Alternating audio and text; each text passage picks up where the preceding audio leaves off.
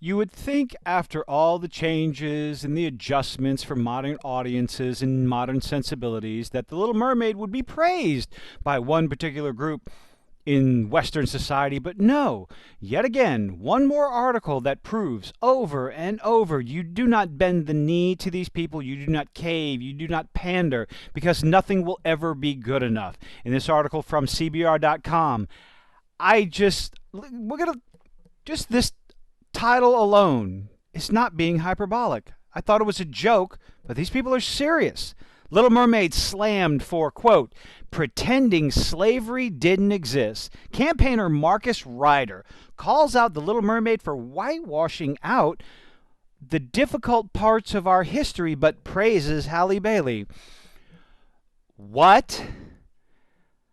Disney's live-action remake of The Little Mermaid has found itself at the center of another controversy. Another controversy. You mean people criticizing the CGI, criticizing the story, the acting, the singing, the music, the lack of certain songs, and the CGI, and the CGI. Sure, people were asking questions and criticizing Halle Bailey's casting of Ariel, not Halle Bailey's casting as a mermaid, Halle Bailey's casting as Ariel. Get it right, folks. Stop letting yourselves be brainwashed by these moronic media outlets. People criticized it for casting her as Ariel. That's a controversy. People actually criticizing the story and the movie itself, but they have to go a little bit further. The other side.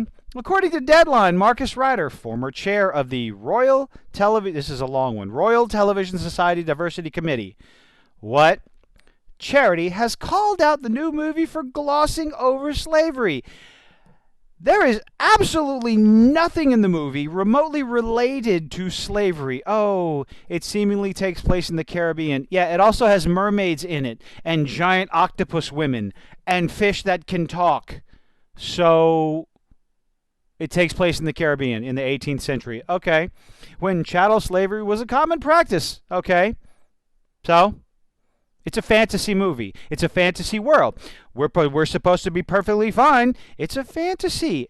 Halle Bailey can play Ariel. She can play a mermaid. You can have diversity mermaids. That's fine. But, oh, heaven forbid you don't include actual legitimate real-world issues that happened 300 goddamn years ago. Every movie has to talk about it. If it takes place in the Caribbean, oh, you have to definitely talk about it. My God, you cannot please people like this. Ever. So just stop trying to. This is going to turn into a rant. Quote, setting the fantastical story in this time and place is literally the equivalent, oh, this is a reach, literally the equivalent of setting a love story between a Jew and a Gentile in 1940 Germany and ignoring the Jewish Holocaust. My God. You are Mr. Fantastic with that sort of stretch you got there. We owe it to our children to give them the most amazing, fantastical stories possible, but you have to put shitty things in there.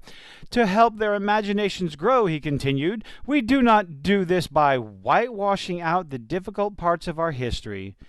Except that's what a lot of people have been trying to do for the past few years by changing history, tearing down history, all these other things. But oh no, all of a sudden a movie that takes place, a fantasy movie about mermaids falling in love.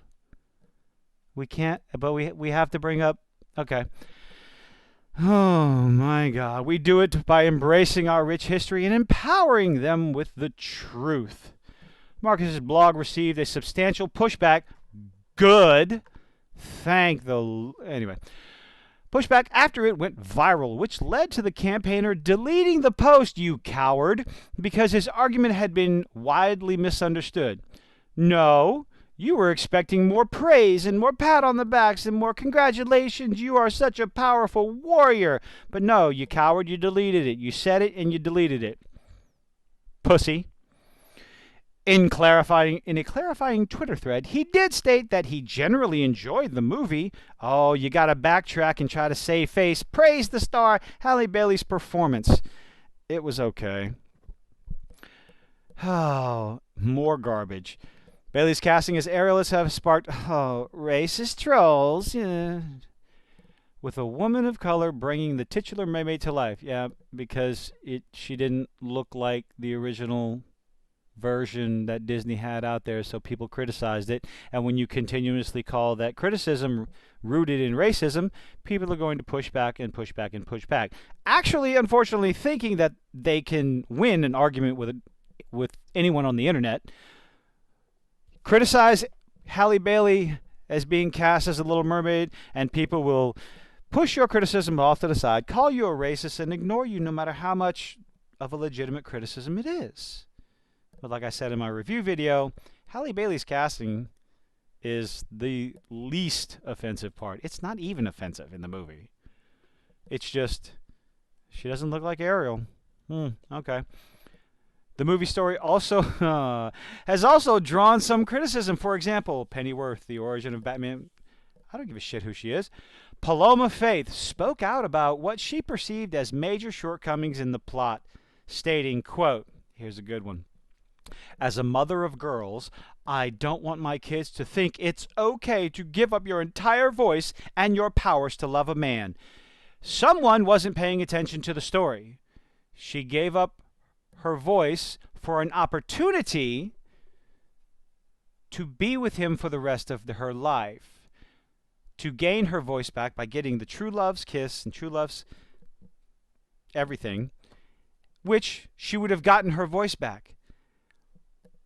This criticism is moronic at best, simply proving over and over again that no matter how woke, no matter how much you adapt it for modern sensibilities, it will never be enough. So just stop even trying.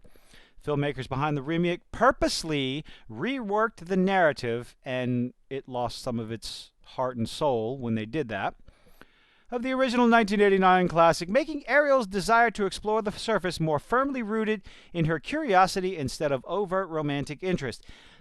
That's a lie. I watched the movie. She wanted to be with Eric. The only thing they did was make her forget why she wanted to kiss him. No, you didn't change that part of the story. Ariel, just like in the cartoon, wanted to be where the people are. No, I'm not going to start singing it. And then when she sees Eric, she falls in love. But they had to change the look of the statue. Oh, spoilers, but who gives a shit? If you haven't seen it by now, you're not going to see it. They changed the look of the statue to make that less dramatic, I guess. But no, Ariel gives up her voice to be with Eric because she fell in love. They didn't change that part of the story. And by continuously saying this is an absolute lie. Oh well. Stop bending the knee to lunatics like this. Likes on Twitter, retweets on Twitter do not translate to box office success. Make better movies, better storytelling, make them less preachy, and honestly stop making them for modern audiences because they're going to fail. But what do you think about this? Keep bending the knee and it'll never be enough. But leave a like, leave a dislike. Either way, I appreciate you making it this far. Leave a comment too. Hey, see you on the next one.